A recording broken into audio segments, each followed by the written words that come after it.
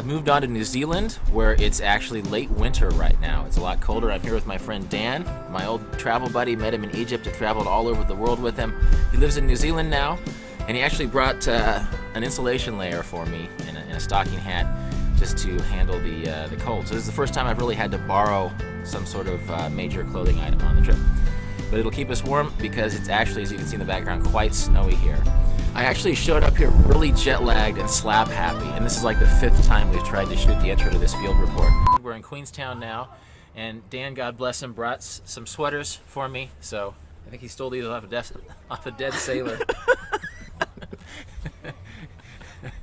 And so that solves my insulation problem. That was jet lag. Oh, God. I haven't slept since, like, the Northern Hemisphere. Should I do it from the top? Sure. Literally the coldest place we've been, and here comes the dead sailor joke.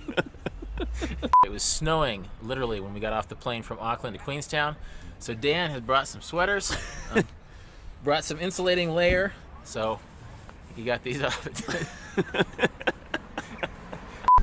Because I had so much fun in Bangkok, I actually stayed an extra couple days, and the transit through Malaysia and Singapore and Australia on the way to New Zealand was really fast. So I hit like 3 countries in 2 days and showed up pretty tired, and now I'm finally rested and ready to hit the country. Gonna hit some adventure sports type stuff. Dan is gonna show us around and be my sidekick for a few days. I am back now to continue the field report. I started a couple days ago, but it's been so much fun here in New Zealand that I just haven't gotten around to continuing the field report. Dan and I have been hanging out, having an awesome time here. And one thing I wanted to point out about Dan is that Dan is this guy who always made fun of people who had zip-off pants when they travel. He called the pants and the people zippies. And so I was really nervous about coming and hanging out with him in New Zealand because I figured he would look at me and call me a zippy. But for the record, he looked at me, saw my pants, and asked me where I got them. So, true statement. Partly because they don't look like zippy pants, I think. I agree, and I think I said that at the beginning. They do zip into shorts, but they don't look like zippy pants. So I passed the zippy test with Dan. I know that means nothing to most of you, but I'm very relieved to know that my buddy Dan isn't going to call me a zippy.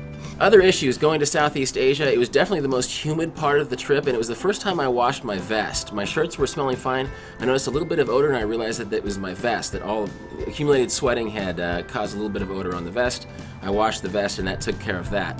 I will say that the humidity of Southeast Asia is a special challenge, and it really requires that you keep that hygiene routine very diligent. And I'm interested to know if anybody else has tried no baggage experiments in tropical countries, how they might change the format. I did fine in the tropics, but I was only there for a week, and so I'm really curious to know how a no baggage journey might work if you were traveling in Southeast Asia with no luggage for a month or 2 or more. I had my first moment of nervousness coming into New Zealand in the Auckland airport. The customs guy was giving me the once-over, and he called his buddy over, and they were checking me out and asking me questions about why I didn't have any luggage. But ultimately, they just said, "Hey, you're the lightest traveler we've ever seen." So once again, I think that's the 10th or 11th customs I've been through, and I haven't been strip searched or anything. Okay, as far as reader questions go, I've gotten several in the past few days. I'll address some of them in the print version of this field report, but a few of them on video. Speaking of the travel pants I have, the cargo pants, which are not zippies, somebody asked about how often I wash them. I wash them about once a week, and they don't smell bad. I think maybe everybody sweats a little bit differently. My shirts tend to get sour faster than my pants. That sounds gross. We might edit that out. But once a week does fine. But the cleanliness is not an issue with my travel pants. They're about the point now where I need to wash them again, but if you average it out, it's probably once a week that I wash the travel pants. People are asking hypothetical questions about their own no baggage trips, especially women, and I don't know if I can answer questions about what it's like to travel as a no baggage traveler as a woman, so I encourage the females of the world to go out there and try a similar experiment to what I've been doing with no baggage travel. Somebody asked me about taking water and food, and if it's difficult to carry water and food if you don't have bags. Well, for the most part, you can buy snacks and water most every place you go unless you're on a serious backcountry adventure.